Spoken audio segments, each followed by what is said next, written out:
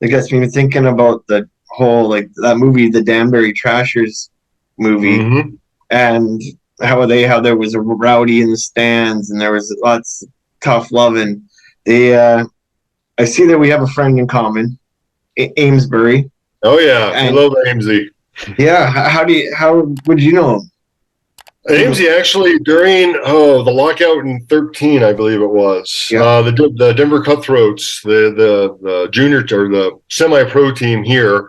So Derek Armstrong, that used to play for the LA Kings, was the coach for that team. He gets this kid, Daniel Amesbury, and I'm thinking, okay. And so he calls me down to the ice, and I'm skating around, I'm helping, and I was kind of doing a little semi coaching slash just helping the team.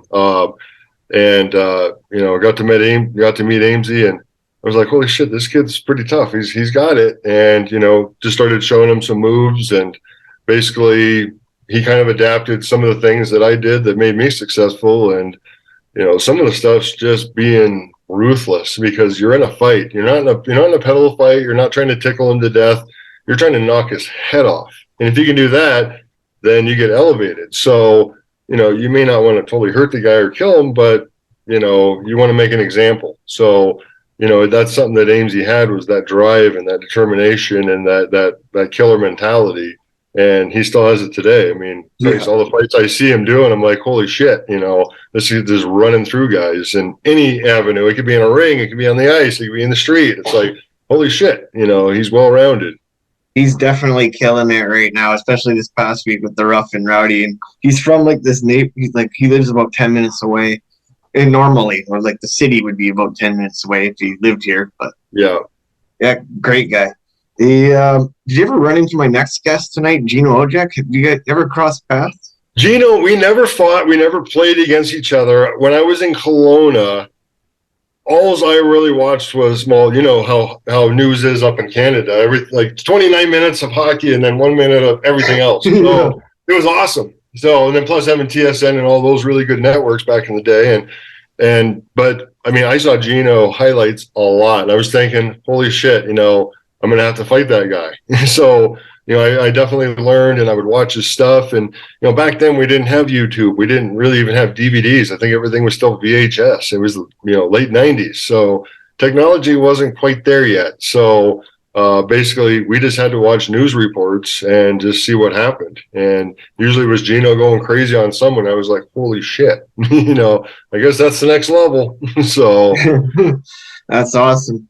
The So did you actually put chains around your hands and punch trees?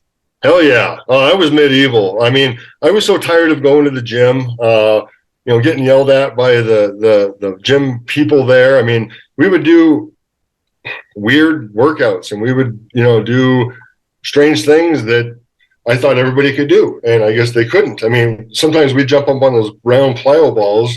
We'd have 50-pound dumbbells in our hands and we'd do squats and do presses from there. I mean, I was doing that. Then I guess somebody else in the gym tried that. And then they just, blew a wheel and went fucking nuts. And I think went to the hospital. And then I'm getting yelled at for it. So I was like, fine, fuck you. I'll build my own gym. So basically, I tell everybody I had the first American Ninja Warrior outdoor course before American Ninja Warrior was around. I mean, we had ropes. We had my Donkey Kong ropes. I mean, I used to have those doubled up, and I used to just go up with them with my arms, and the thing went up about 30 feet in the air, 40 feet in the air, and it was just medieval. And at the end of our routine, we had a gun range, so you would be breathing, heavily. You'd be not being able to do much. All your small twitch muscles. You'd have to grab that gun and you'd have to put it on target and do work. So it was a lot of physical, good mental, and it was basically what I needed at the time. And I would have to really work with my knuckles. Never really looked like that. I'm sure you've talked to a lot of the enforcers over the day, but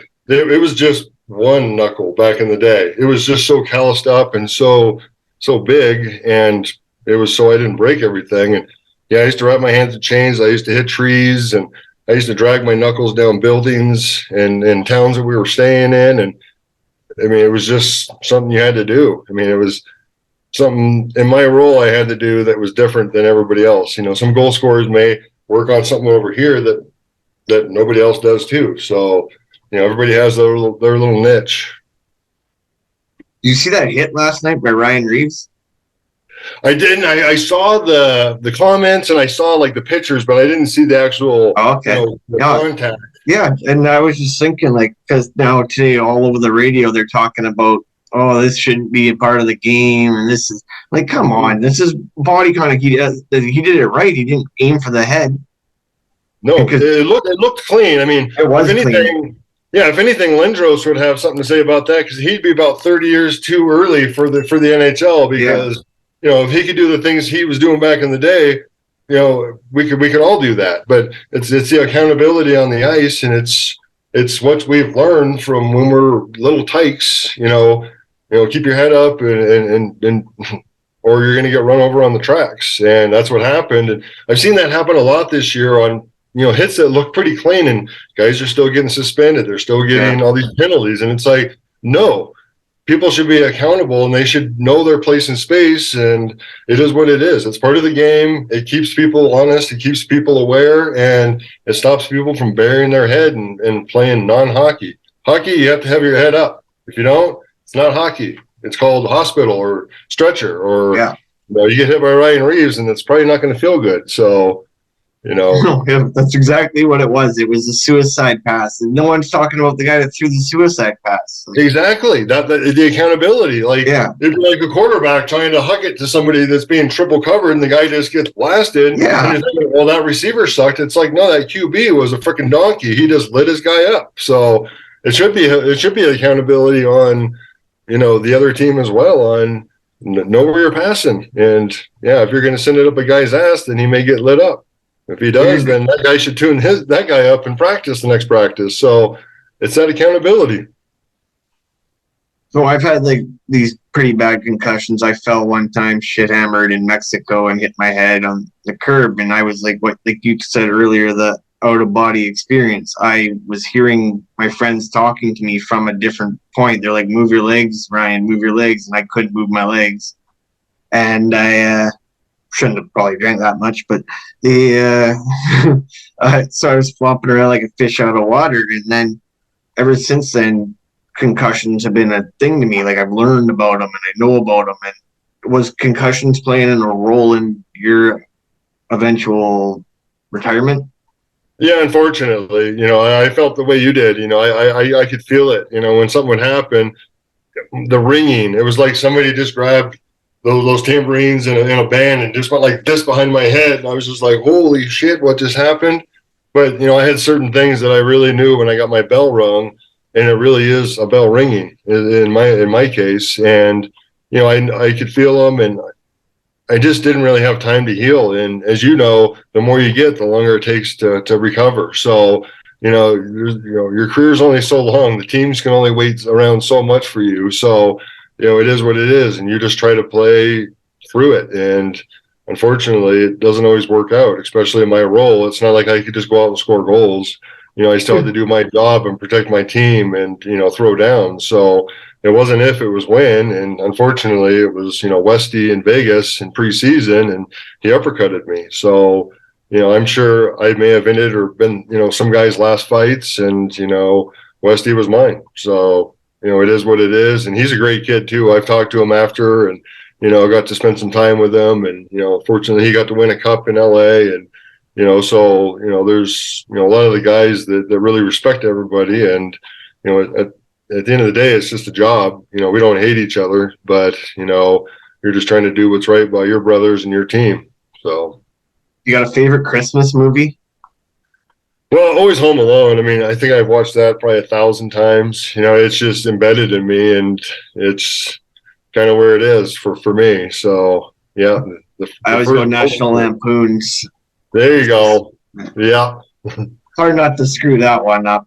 True. That's a classic too. If you were an animal, what animal would you be? Oh my goodness. I think that's a good one too. Maybe a bear.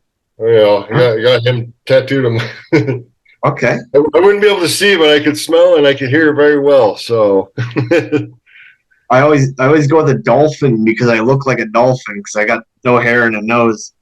There it is. You got the starter going. Yeah, no, yeah, that's part of it too. I talk when I should be listening, and I got popped too in the face one time, but Oh. that's a story for another day.